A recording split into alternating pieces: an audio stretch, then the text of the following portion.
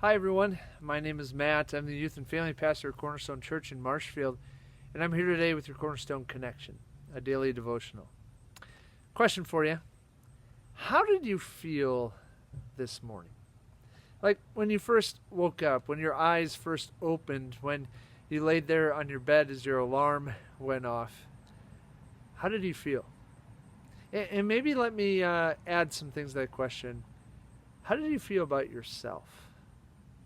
You know, it's quite normal for me to wake up and initially I can either get anxious, I can get down on myself, I can think I'm not good at anything, or I have too much work to do, or I'm not a good husband, or I'm not a good dad, or I'm not a good pastor, all these things. And my guess is, as I say that, I'm not alone. My guess is that many of us out there have feelings that are more on the negative side when we first wake up in the morning. And friends, that's why today I want to turn to the book of Psalms, and I want us to go to chapter 30.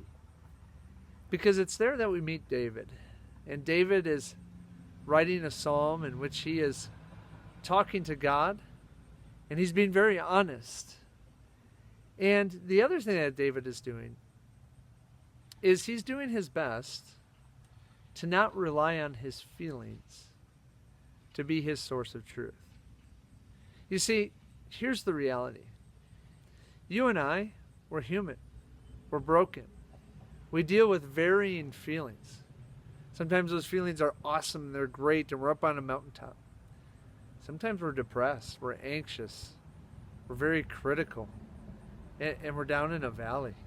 And life feels awful. The good news, though, is that we don't need to depend on our feelings as our source of truth, as our source of identity. If we have a relationship with Christ, if we have a relationship with God, He is our source of truth. His Word is our source of truth.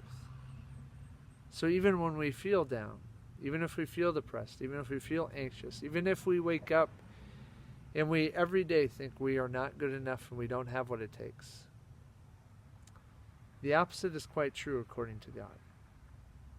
And we have a choice we get to make each day to either set our minds on Christ, on God, on His Word and what is true, or to set our minds and our hearts and our thoughts on our feelings. Let's see what David does. Join me in Psalm chapter 30 as I start in verse 1. He writes and says, I will exalt you, O Lord, for you lifted me out of the depths and did not let my enemies gloat over me. O Lord, my God, I called to you for help, and you healed me. O Lord, you brought me up from the grave. You spared me from going down into the pit. Sing to the Lord, you saints of His. Praise His holy name. For His anger lasts only a moment, but His favor lasts a lifetime. Weeping may remain for a night, but here comes rejoicing comes in the morning. When I felt secure, I said, I will never be shaken. O Lord, when you favored me, you made my mountain stand firm, but when you hid your face, I was dismayed. To you, O Lord, I called. To the Lord I cried for mercy. What gain is there in my destruction, in my going down into the pit? Will the dust praise you? Will it proclaim your faithfulness? Hear, O Lord, and be merciful to me. O Lord, be my help. You turned my wailing into dancing. You removed my sackcloth and clothed me with joy, that my heart may sing to you and not be silent. O Lord my God, I will give you thanks forever. Friends, there's a lot packed into that psalm.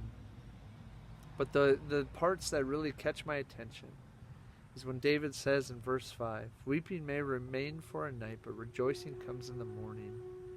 And then in verse 11, you turned my wailing into dancing. You removed my sackcloth and clothed me with joy, that my heart may sing to you and not be silent. O Lord my God, I will give you thanks forever.